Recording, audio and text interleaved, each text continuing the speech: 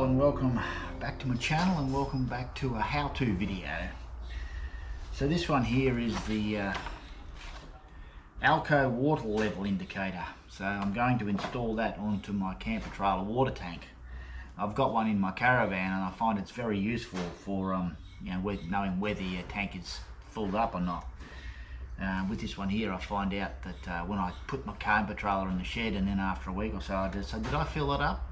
And I've done it before. I've actually gone out and found out I hadn't filled my water tank up, it was empty. So this way I can just press the button on this and have a look, and if it's empty I can fill it up. So it's quite a simple installation. All you got to do is got to put this thing here in, and it's got little sensors on it obviously, and when the water comes above it, it gives a new level on the indicator. And you've just got a rubber grommet there, and you've got this thing here you screw up, and then that pushes it out and seals it against the tank. So I've got to drill a 22mm hole into the water tank, and then this thing here is just the little sensor, and all you do is you press that button there and it lights up. Don't know whether you can see that. Anyway, I'll show it to you later on. This has got a little battery in it, so it's not on all the time. Like I said, you got to push the button and that puts it on. The only thing is that it says here that you have to install it into the water tank. I'm going to put it on the back so that the cables are out of the road of getting hooked on anything. Plus it works better for me there. But you got to have the inlet 3/4 of the way up from the bottom of the tank. So I'll have to measure that and find out what 3/4 is, and then drill a 22mm hole through my water tank. So I've decided to put it on the back of the tank here so that it's protected from anything coming under. Plus it'll be a lot easier than trying to put it on the side, and there's ribs in here, and I'm concerned that if the sensor doesn't hit onto the bottom it'll give me false readings, whereas there's a rib along here which is at the lowest point. So the tank itself is about 180 mils. So 3/4 of the way up that is 135 mils. So 135 right there. Right, now just got to drill a hole through there.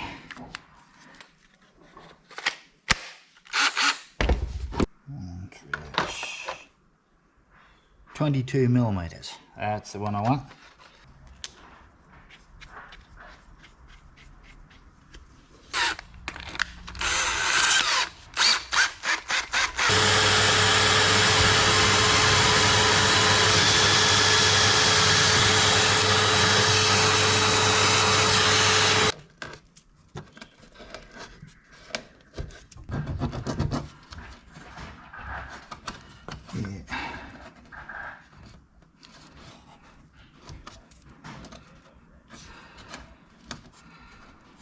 Not too bad.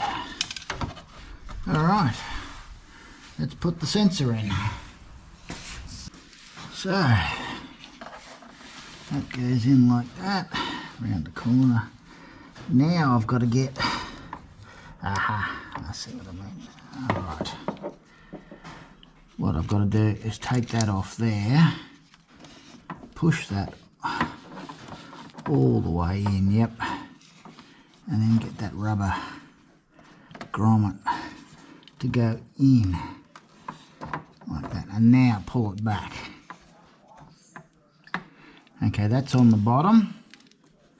Just got to put the washer and the nut on it.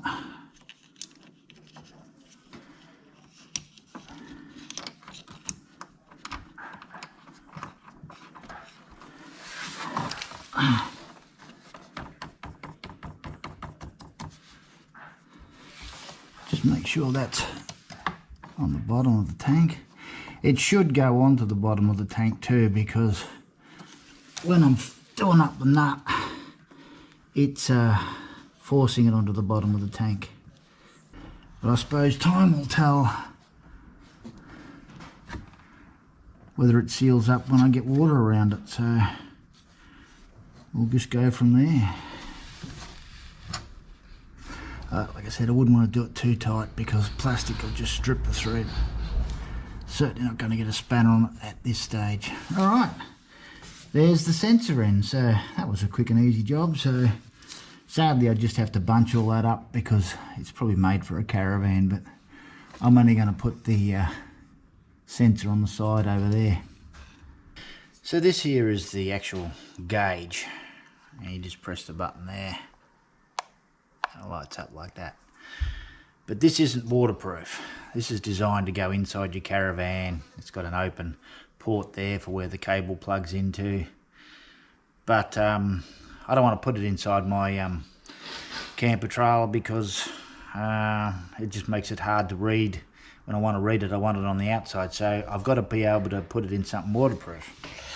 So what I've got is I've got this thing here, which is just a PowerPoint connector for your caravan. So it's all waterproof and everything, and you just snap these two things up here and it comes out. The only thing is I've got to, it doesn't quite fit, so I've got to do a bit of grinding and that so I can get it to slip in there. And apologies for any noise you hear in the background, but they're putting solar on the house behind me, so if you hear a few rattle guns going, it's not me.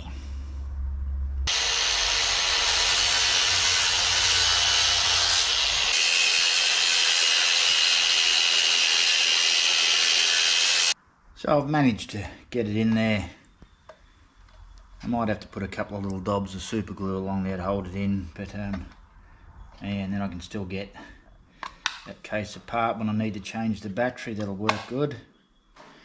But I've also got to be able to plug the cable in the back, so yeah, that should work. This is where I'm going to mount it, so I just got to make certain. Then I can run the cable up the side here and through the side there. Should work well. Yeah, that should be enough. Maybe a little bit lower. Yep. Still shut. Alright. So I just got to drill some holes through there.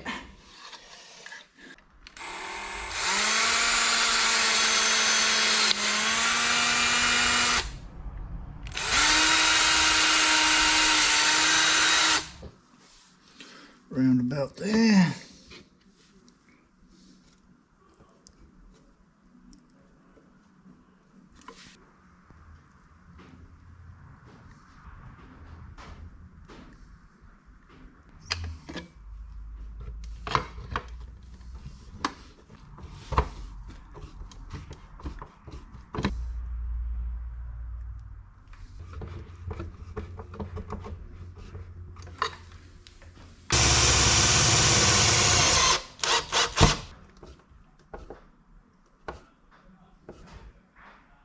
So there we go, all screwed in position. So just pop those two things, pop it up, there we go. Now I just got to put the gauge in there, run the cable and tie up a few ends, and it'll be done. So I'm just going to cut a slot in here for the cable to run in. Okay, so that will go in there. I've just got to remember to leave enough cable in there so that when I pop the cover off, because I'm going to super glue that in there, just got to put a loop of cable in behind it so that when I can pop it, I can pull it out and get to the battery. So if we put it through that way and put one around there like that, should be right. Like that, and then that through there.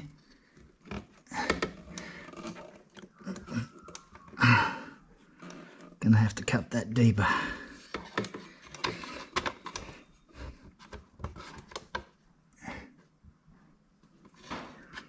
Alright, I'm gonna put some glue in there and super glue that in.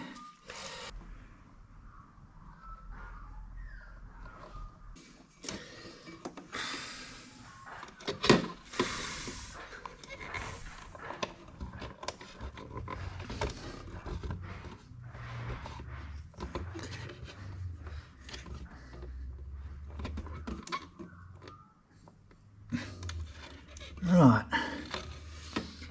just got to wait for that to dry. Let's see, Let's see. Oh, look at that. 3/4 full, so it worked perfectly. So anyway, we'll give it a few minutes for that to dry. Okay, well, there it is all in position now and shut up. So all I've got to do is pop that, lift it up, press the button. Yep, working well. Cable's stuck in there. Down the side here, that blue tape's just there to hold this elastic while it sets. So all I've got to do is tie up this cable, fill up the tank, and see whether it comes up to full.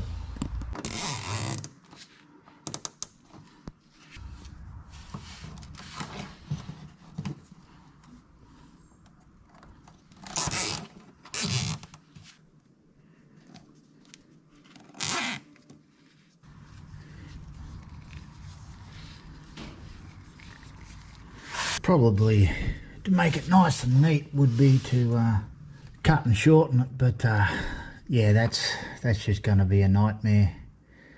So I'll just strap it up here nice and tight with all those cables up there.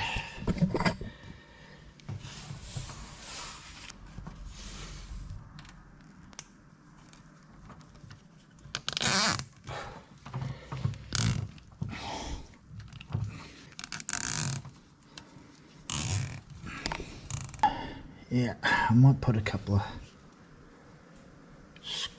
saddle on that one, I think.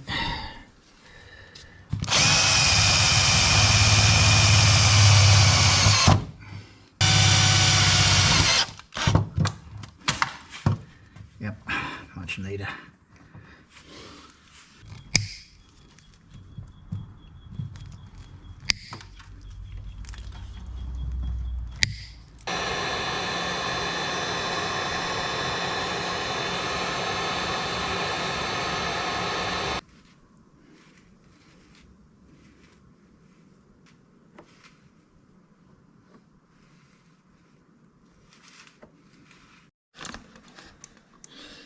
Okay, we're sitting on 3/4, I think it says. Yep, 3/4. So now I know I've taken water out because I never filled it up from when I came back from Derby. So we'll fill it up and see how the gauge goes.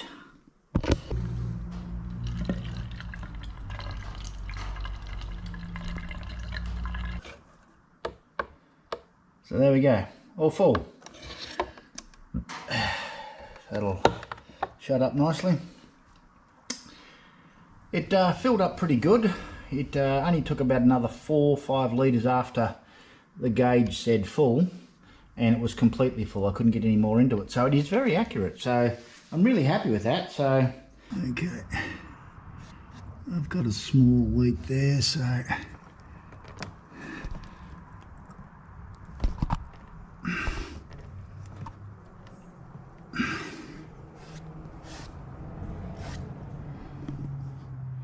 might have to get a spanner onto it.